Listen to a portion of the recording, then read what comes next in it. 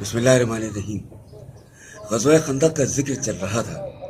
مدینہ منورہ کی صورتحال یہ تھی کہ اس کے شمال کے علاوہ باقی اطراف میں لاوے کی چٹانیں اور کھجور کے باغات تھے، اور نبی کریم صلی اللہ علیہ وآلہ وسلم ایک ماہر اور تجربہ کار فوجی کمانڈر کی حیثیت سے یہ جانتے تھے کہ مدینے پر اتنے بڑے لشکر کا حملہ صرف شمالی کی جانب سے ہو سکتا ہے۔ اس لیے رسول اللہ صلی اللہ علیہ وآلہ وسلم نے صرف اسی جانب خندق کھدوائی۔ مسلمانوں نے خندق کھودنے کا کام مسلسل جاری رکھا، دن بھر کھدائی کرتے اور شام کو اپنے گھروں کو واپس چلے جاتے، یہاں تک کہ مدینوں کی دیواروں تک کفار کے لشکر سے پہنچنے سے پہلے مقررہ پروگرام کے مطابق خندق تیار ہو گئی۔ اس کی لمبائی 5544 میٹر، اوسط چوڑائی 4.5 میٹر اور اوسط گہرائی 3.25 میٹر تھی۔ ادھر قریش اپنے 4000 کا لشکر لے کر مدینہ پہنچے تو روما، جرف اور زقابہ کے درمیان مجمع الاسیال میں خیمہ زن ہوئے، اور دوسری طرف سے غطفان اور ان کے نزدی ہمسفر 6000 کی نفری لے کر آئے تو احد کے مشرقی کنارے میں خیمہ زن ہو گئے۔ اس لشکر سے مقابلے کے لیے رسول اللہ صلی اللہ علیہ وسلم بھی 3000 مسلمانوں کو لے کر تشریف لائے اور کوہ صلح کی طرف پشت کر کے قلعہ بندی اختیار کر لی۔ سامنے خندق تھی جو مسلمانوں اور کفار کے درمیان حائل تھی۔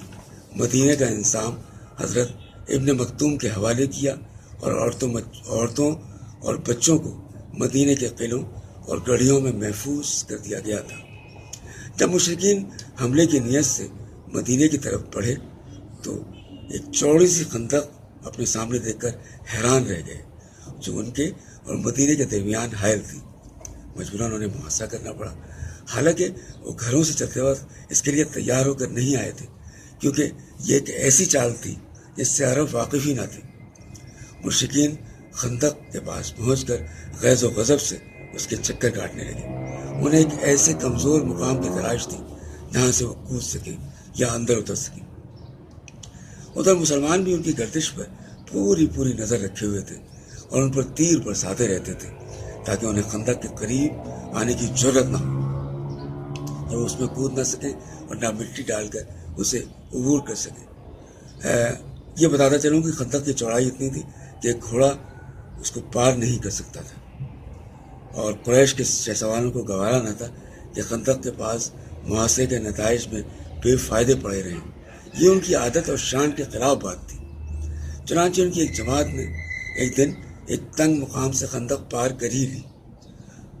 ادھر دوسری جانب حضرت علی رضی اللہ تعالیٰ عنہ مسلمانوں کے ہمراہ ان کے استقبال کے لیے موجود تھے۔ چنانچہ انہوں نے اس مقام کو جہاں سے انہوں نے گھوڑے کدائے تھے قبضے میں لے کر ان کی واپسی کا راستہ بند کر دیا۔ اس پر ایک مشرک عمرو بن عبدود نے مبارزت کے لیے للکارا۔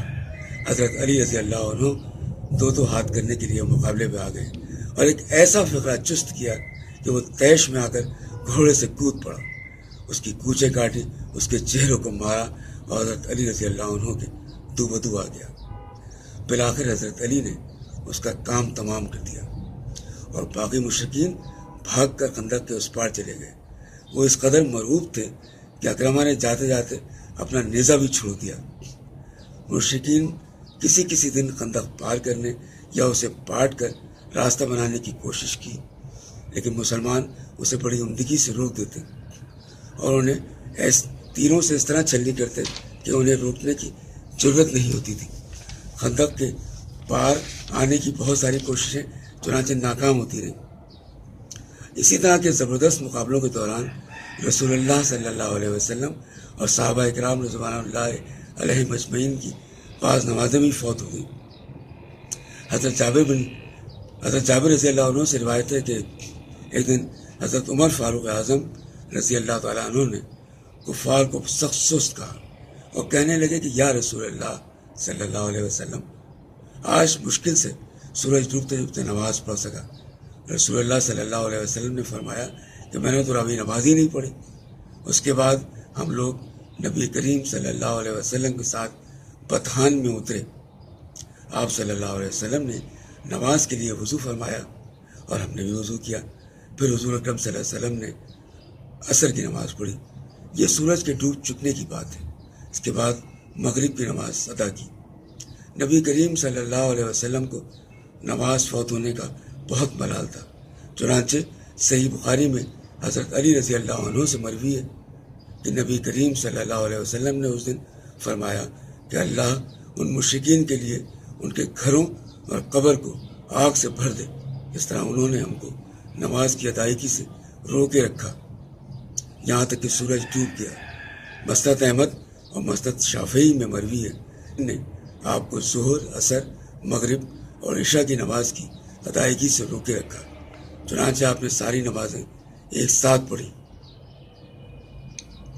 مشرکین کی جانب سے خندق عبور کرنے کی کوشش اور مسلمانوں کی طرف سے باہم دفاع کا سلسلہ کافی عرصے جاری رہا، تقریباً 1 ماہ تک. مگر چونکہ دونوں فوجوں کے درمیان خندق حائل تھی، اس لیے دست بدست اور خونریز جنگ بلکہ صرف تیر اندازی ہی ہوتی رہی. اسی تیر اندازی میں فریقین کے چند افراد بھی مارے گئے، لیکن انہیں انگلیوں پر گنا جا سکتا ہے. یعنی 6 مسلمان شہید ہوئے اور 10 مشرک واصل جہنم. سبحان اللہ سبحان اللہ. وما علینا الا البلاغ.